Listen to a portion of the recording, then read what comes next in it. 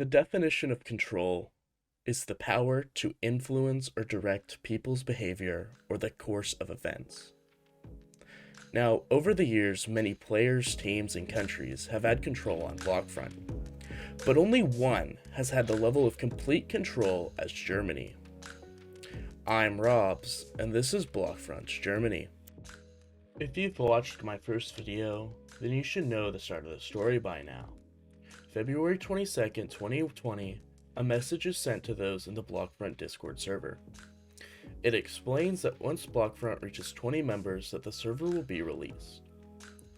Before the launch, there are 5 main countries decided: Germany, the United Kingdom, Russia, France, and Sweden. Germany from the start had the upper hand, as the owner of the server, Nagel2003, was their leader. He was joined with his friends Alpha J Kings, Julian Ray Djax, and Marbleville, and most of these players were at points either opt or staffed.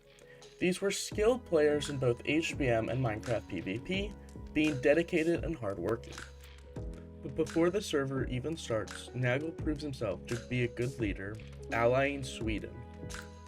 Not only did Nagel make a smart decision with allying Sweden, but he made an even smarter decision allying a very strong Russia team. But upcoming was going to be Germany's real first challenge.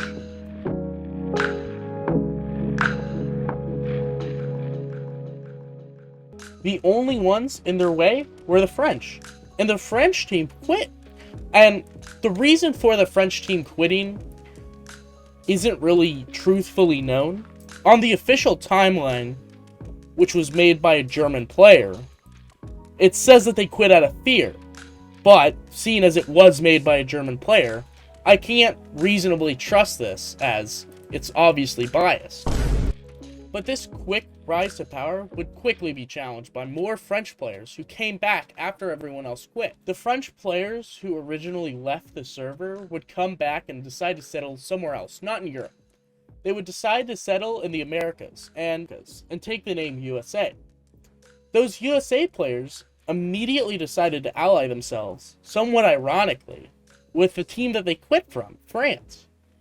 Now, I'm going to refer to this alliance as the Franco-American Union, but they were separate countries and didn't officially form the Franco-American Union until March 11th. Nevertheless, the server did not continue on peacefully with two giant powers, especially with the French ruining diplomatic ties by continually making propaganda. This culminates on March 6, 2020, when Nagel decides with the other German players to declare a war on the Franco-American Union. You might be asking yourself, well, Germany seems so strong, they have so many allies. Well, you'd be right. And of course, being allied with Germany, Russia quickly declared war only 12 minutes later. Where is Russia's faithful ally Sweden, you might ask? Well, 2 minutes after Russia declared war, the leader of Sweden, OOM Command Battle Droid, announces that, despite being part of the independent Germanic states, Sweden has decided to remain neutral for diplomatic, economic, and military reasons for an undeclared and unknown time. Quickly followed by someone calling him a centrist. Well, that's Blockfront for you.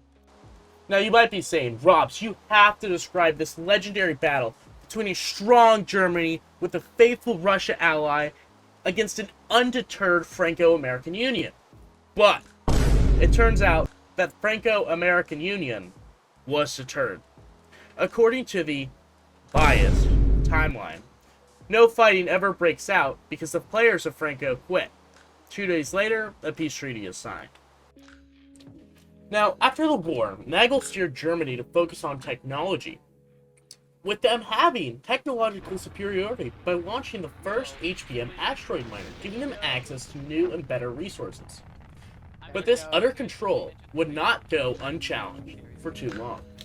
Watch, it's gonna come down and blow up though, that's the sad thing, like I just took so much effort. On the 8th of March, the same day a peace treaty is signed between Germany and the Franco-American Union, a new country splits off from Sweden. Led by Sheriff Marty Moe, Australia quickly became a powerful nation, making an early alliance with Rome. Nagel and other German players did not ignore this growing threat and attacked them on the 12th of March. But this doesn't immediately lead to war, as tensions would continue to rise from Australia shooting down a German helicopter filled with gold, and Australia attacking both Russia and the Franco-American Union, with the raid on the Franco-American Union being due to a crude oil embargo that Franco imposed on them. But Australia planned something even worse, as on the 17th, Pluy and Sheriff, two Australian players, were able to gain access into Germany's base and launch a mini-nuke, quickly followed by them declaring war on Russia. Now, Nagel, understandably extremely angry at having his base nuked, quickly re-allies Russia and declares war on Australia. The first battle, as being shown here, commences as Germany drives a battleship directly onto Australia's front step, decimating their base with the battleship's cannons and mini-nukes.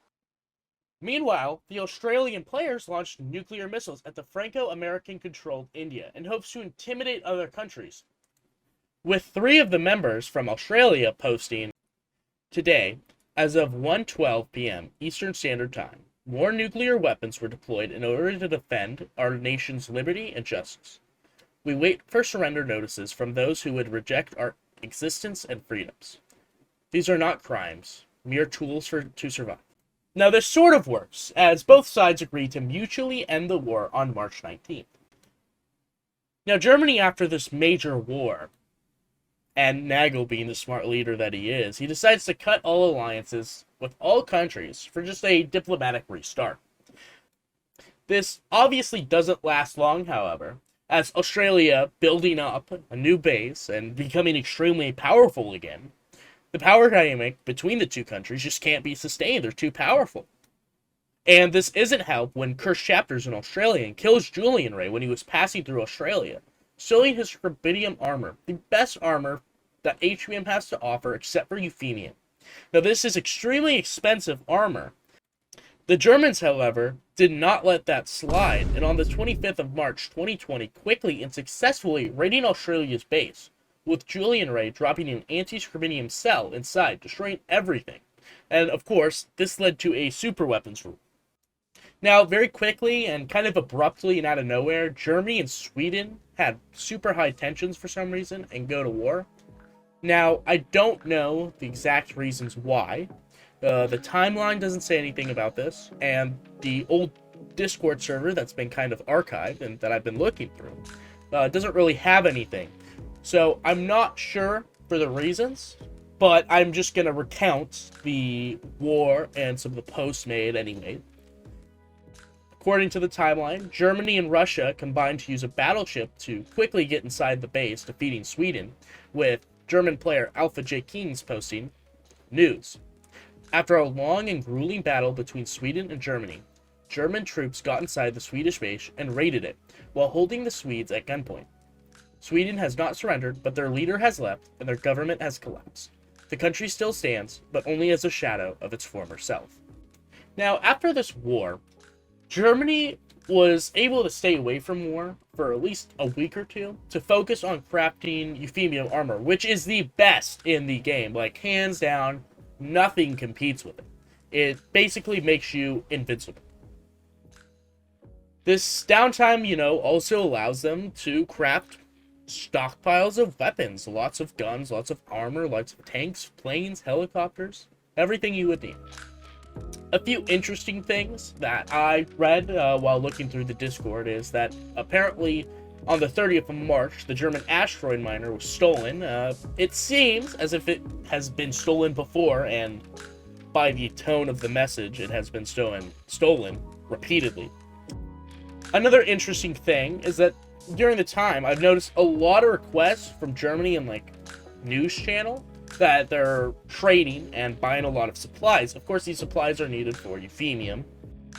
This peacetime, however, would not last for long, as Brewing in the Caribbean was one of the most hated groups on this server.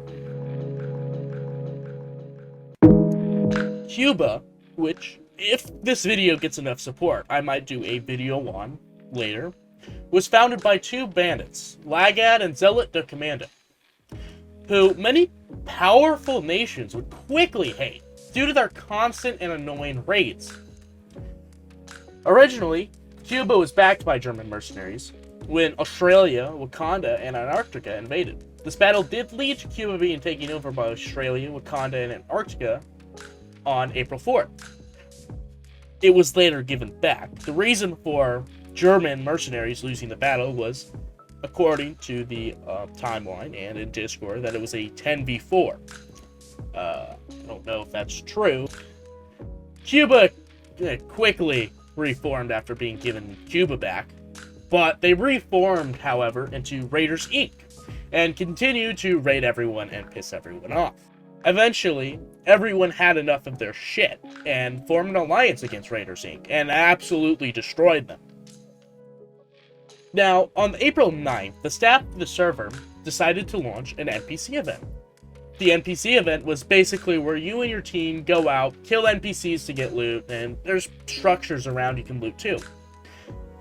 During the event, Germany and Australia team up against Wakanda and Raiders Inc., and the Germans in Australia absolutely destroyed, as they came out on top by the use of their Scorpidian apples, which gave massive buffs to the player, and were soon made into super weapons after, of course. But later on in the month, around mid-April, Germany finished their work on a northern science base. They named it Svalbard. They had been working on it for a month now, keeping it a close secret. This base was filled with the most technological progress of any country. It contained a fusion reactor filling multiple spark energy storage blocks, the most expensive one in the game, along with the server's first Watts power plant. They had chests filled with CMB steel, and they also had an asteroid miner there, which probably got stolen a lot. Now, clearly, this base is a huge target, and on April 12th, Dr. Skullface raided this facility, and either despawned or stole all the materials. This crippled Germany's economy, and caused Nagel to announce that they would not join in any wars, and/or only join as mercs. However, this does lead to Germany being hired as mercs by Australia in an attack against Wakanda, who aided Dr. Skullface. When the Germans got into the Wakandan base, they broke many chests and despawned a lot of their items. This leads to the rules being updated for the third time because of something Germany was involved in. I'm seeing a pattern here. It was around this time, actually, that I joined the server, and I think that they got their Watts reactor stolen again, because it was quite funny seeing Julian Ray and Nagel constantly asking people if they had seen their Watts reactor, or if they've seen a chest filled with Watts reactor parts. But now we come to an end of Season 1. Next season, Galacticraft is added, and Germany makes even greater strides.